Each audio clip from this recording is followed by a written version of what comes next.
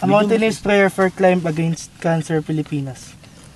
Jesus Christ, my divine Savior, be my life's companion as I climb together with your disciples in the different mountains during your public ministry.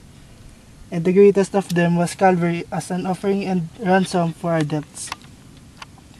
Please be with us as we offer this climb for our beloved family, members and friends suffering from cancer.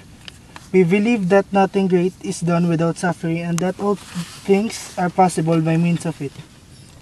Please transform this simple sacrifice of ours to a positive energy that would heal our beloved family members and friends, not only physically, but most of all, their spiritual well-being.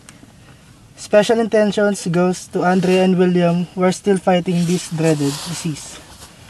Give them added strength to win their battle against cancer. We ask this through the intercession of the Blessed Mother Mary, your mother and our mother too.